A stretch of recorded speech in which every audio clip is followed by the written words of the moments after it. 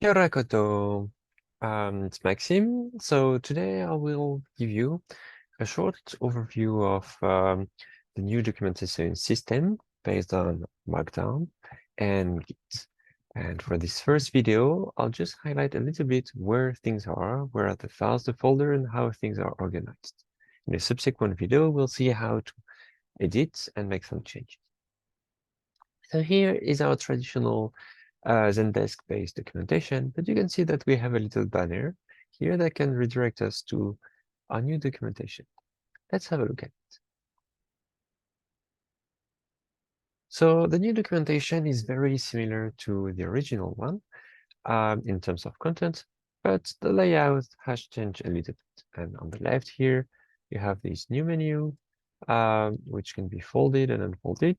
It contains the same content as before. If you go into this getting started and accounts, and we can go to how to create an NeSI account. You have this new page. Now, how does it work under the hood? As I said, this is based on a GitHub repository, which contains Markdown files. And if you're not familiar with these terms, don't worry, we'll have a look at what it means. Here you may see these little GitHub icons, and if I click on this one, I can go to the material and to see how the website is. Okay, so now I'm on the GitHub website, and without going into too much details, GitHub is a hosting platform for Git repositories, and a Git repository, you can think about it as a folder with enhanced capabilities where it can track different versions of your files. And this is what we are looking at right now.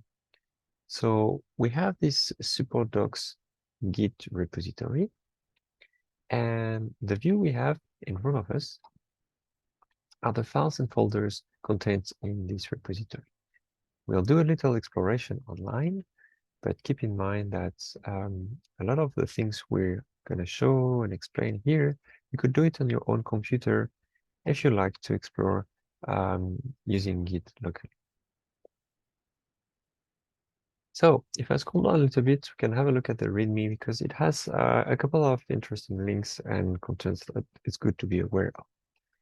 So first thing is, in terms of contents, we have different main folders, which we'll have a look in more details in in a second.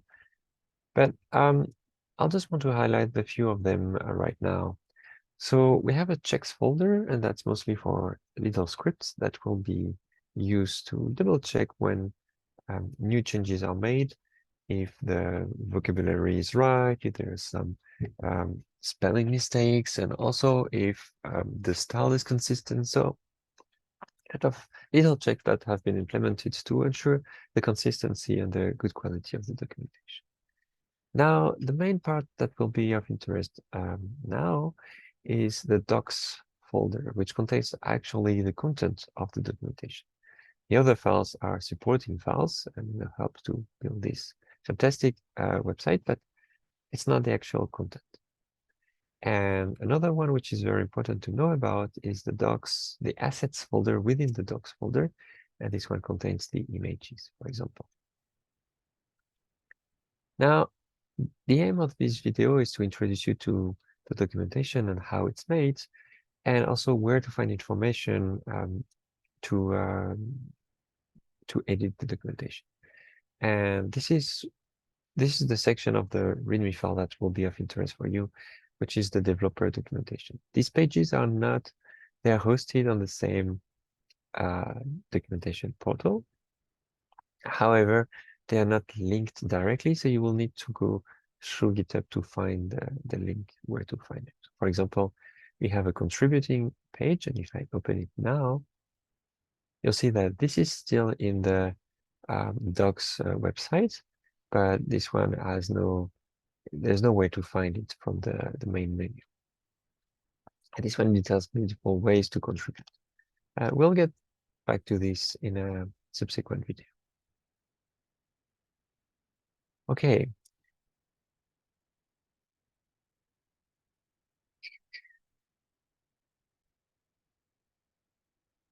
Okay, now let's have a look at the different folders as they're organized in this repository. So again, this main view here shows us the different folders and files. And I want to spend a bit more time showing what's in this docs folder. So let's click on this one, open a new tab. And this is in this new view now, we can see the content of this docs folder in more details. And in particular, it will contain three types of elements, which are good to be aware of.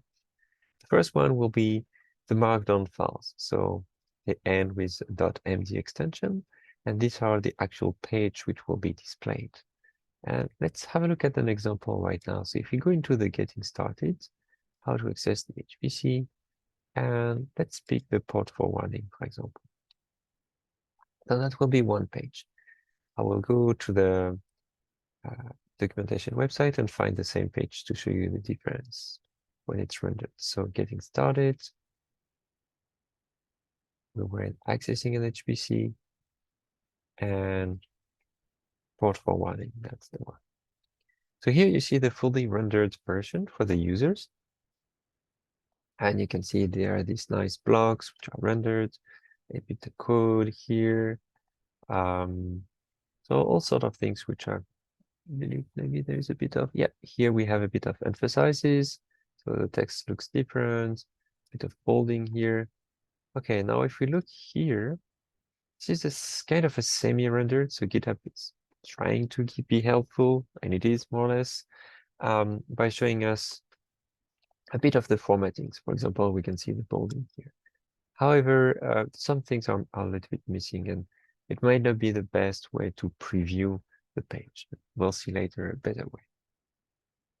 But actually, the content of that file, if you want to see truth, is like this. So it will be a plain text file, and it contains the same content, but with a little bit of markup. So some special ways to indicate how to render the text in a certain way. And to be a bit more concrete here, for example, localhost has been surrounded by two little stars and asterisks. And this is a way to indicate that when this page is rendered, this whole word should be bolded. So here, if I look, you see the localhost is in bold font. Okay, and just to explain a bit more about the concept of markdowns here. So the idea is, because this text has no formatting, it's only have indication of how to format it, it will make it quite easy to check what are the changes, and we'll have a look later of how we can see and compare easily the changes over time. Okay, in terms of what the file contains, there are a couple of things to be aware of. The top section here between these little minus signs, this is a header. So this is not rendered, but it gives information about the document. And probably the one which is of most interest for people will be the title one. In general, the title can be deduced from the file names using the following conventions, which is the underscore will be removed and replaced by spaces. However, maybe sometimes your title and the file name will diverge a little bit more, especially if you have punctuation signs or parentheses. And in that case, you probably want to, well, you should keep the file name simple, so only with letters and underscore or minus signs. And then you put the full name in this metadata header. You put the full qualified. So that's one thing. Now, for the rest of the document, I'll just highlight a few things. This is how you make a section with 2 dashes. And this is the one which is super practical, but poorly rendered on GitHub, is what we call admonitions. And they start with 3 exclamation mark, then the name of this, and there's a standard sets of them. And then you need to start with 4 spaces and the content. And that will be rendered has this nice little box here. And it's nice to have something which pops up a little bit when you want to bring the attention of the reader to some elements. So that's for the pages. Now, something I've not explained yet is we have this menu of pages, and so the categories, and the categories is basically in that case a different folder. So here we were accessing the HPC, which this category itself is in the getting started, and the getting started is in the general.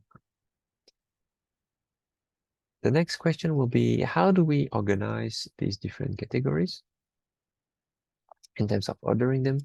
And this is where we have this special file called .pages.yaml. And that one can serve multiple purpose. It can help to rename and sort pages. And here we have an example of the syntax. So it will contain in a list with this little minus signs in the beginning, all the pages in a certain order. Now, if there is a certain order for some pages, but the rest you don't really care, they can be added in any given order. What you would do is you would put these three dots, and then it means that the menu for this accessing the HPC will be these 5 pages and then whatever comes next. In our case, we only have 5 pages, so it's not used. I'll just show you here on the website. This is what I meant. We have this accessing the HPC's page, and then we have the 5 entries in the order indicated in the YAML file. Okay, I'll use a little one which is a bit more interesting. Yeah, that one. For that one, for example, so that's in the getting started category. In that case, interestingly, we have the different pages which are listed, but one of them has actually category has a name which does not correspond exactly to the name of the folder. And this is where it's interesting to use this pages.yaml to rename it. Okay, you have account, comma, project, and allocation. It will be the title of the category, but actually the folder it relates to is accounts minus project underscore and underscore allocations. And similarly, if one of your pages is a URL, so here it's a category in that case, it's my.nesi.org.nz. In that case, the folder name has dashes, but the title name of the category will have dots. Okay, so that's for the different way to organize the pages. I'll talk a little bit more about the formatting, and then we'll have a look at the assets. No, actually, let's start with the assets.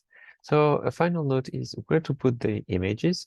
So in this, in this docs folder, we'll have the assets folder, and the assets folder contains multiple things, but the one that will be of interest for many people will be the images. So these are all the images used within the pages, and this is where it's the place to put them. Be aware that in Git repository is usually not a good idea to put huge assets, so make sure to compress a bit your images before adding them to the repository, and hundreds of kilobytes is okay. If your images is 1 megabyte, it's already a little bit big, so it would be nice to recompress, crop it a little bit before adding it to the website. Okay, last thing I want to talk about on that aspect is the markup, how to format a page. So as I said at the beginning, there are a couple of links interesting for people developing pages, and one we want to look at now is the formatting page.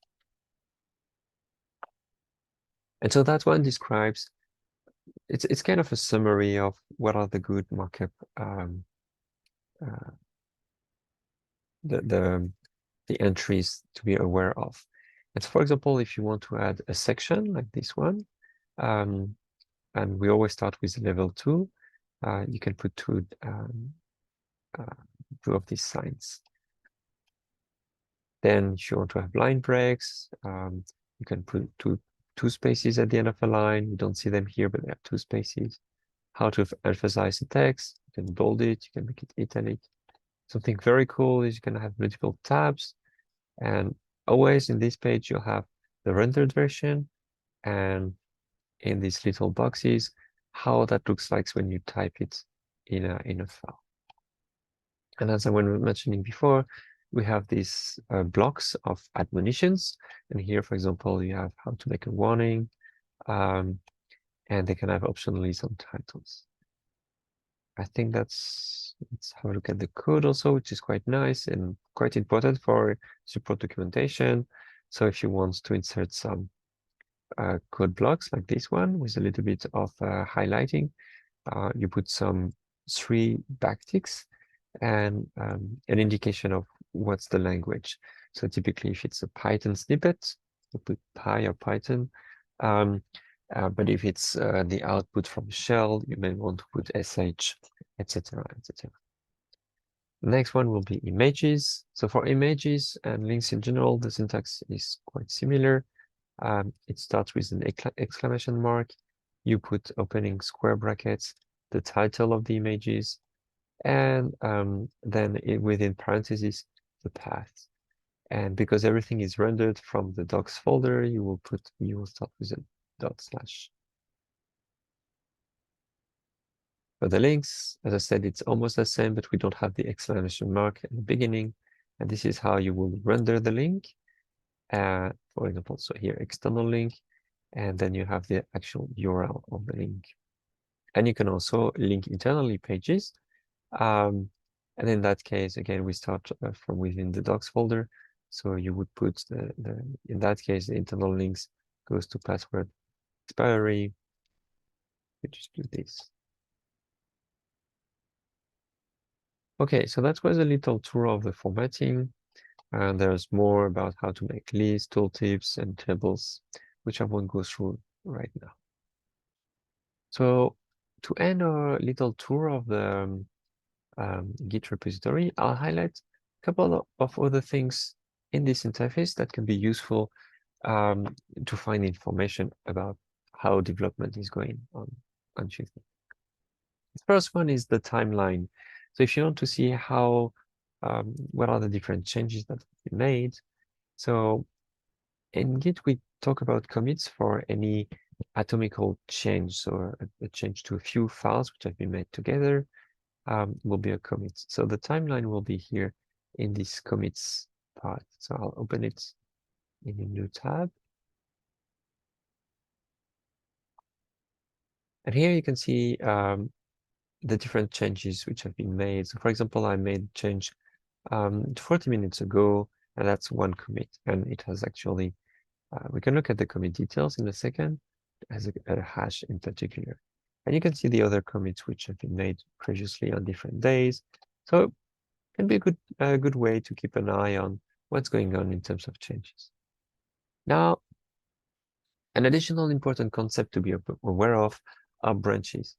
So you can have multiple views or multiple concurrent versions of the whole Git repository. The one which is displayed to the users, so the one which is transformed into this nice themed website, is on the main branch. But if we click here, we can see that there are other branches which exist, and these ones are not rendered as website, but this is where other pieces of work are happening and have not yet been merged into the main branch. And finally, let's have a look at what a commit looks like. So if we click on this commit, we can have a look at what are the actual changes that have been made and what's the information associated with it. So we have the commit title, and here it was a very small change, so I've not put any description, but usually you would also have a description if the person wants to explain a bit more what was the change about. It's usually a good practice if you start to make bigger changes to give a bit of explanation. And then we have this diff view, which means that on the left we have the old version and on the right the new version. And it's not showing all the pages, all the files, all the folders, but only what has been changed. And in that case, I did a little change in the new page. So how to create a new page, um, support page. And it's only highlighting the few lines that have changed. So I added a bit of indentation and I merged few lines here. And so we can see that we have these two new lines and these lines have been removed. Hence the little minuses at the beginning and here the little pluses at the beginning that shows that it has been added. So that's how you can look at the changes and get an idea of what has been happening. So on the other useful parts of the GitHub websites to be aware of, I'll talk now about the pull requests and the issues, and that will conclude this first video. So when people make changes, and that's we'll see how to make them in the subsequent video, you can do something called a pull request. And in a nutshell, it's a way to make all your changes in a visible to your colleagues and say like, hey, this is ready to be merged in the main. Can someone have a look at it and tell me if it's good or not? And click on validation. It's good, then it's merged into the main website. And in that case, there is one which has been opened by Callum some time ago. And if we click on that one, we can see that it's made of a set of commits, set of changes. And Callum has explained here, okay, what this is about. We can see what are the changes he made. And then, well, I had a question about it. And so I made some comments also. So that's a way where you can keep together a little discussion about the changes before making them. And again, you can have multiple of these happening at the same time. Here we have only one at the moment, but if people are working concurrently on different things, they can have multiple pull requests happening at the same time. And there's way more to say about this, but what's super practical is you can have a conversation, you can see the commits, so what are the different changes which have been made, and you can see what are the files which, if these were to be merged into the main branch, these two files will be changed, sorry, and in the following ways, and you can look at the diffs, etc., etc. So it's very practical. Okay, and the last bit are the issues. So at the moment, not everything has been posted there, but this is a nice way to keep track of what could be enhanced and or if there is a bug or anything related to the documentation. Think about it as like a Jira board, but it's really linked to the Git repository, so you keep everything in one place, and which is always nice to find more easily the information. Okay, so that was the quick tour of the Git repositories, what it contains, what sort of files it's made of. I hope you found it interesting, sorry. And I'll see you in a next video to see how can we edit a page and create a new page. Bye.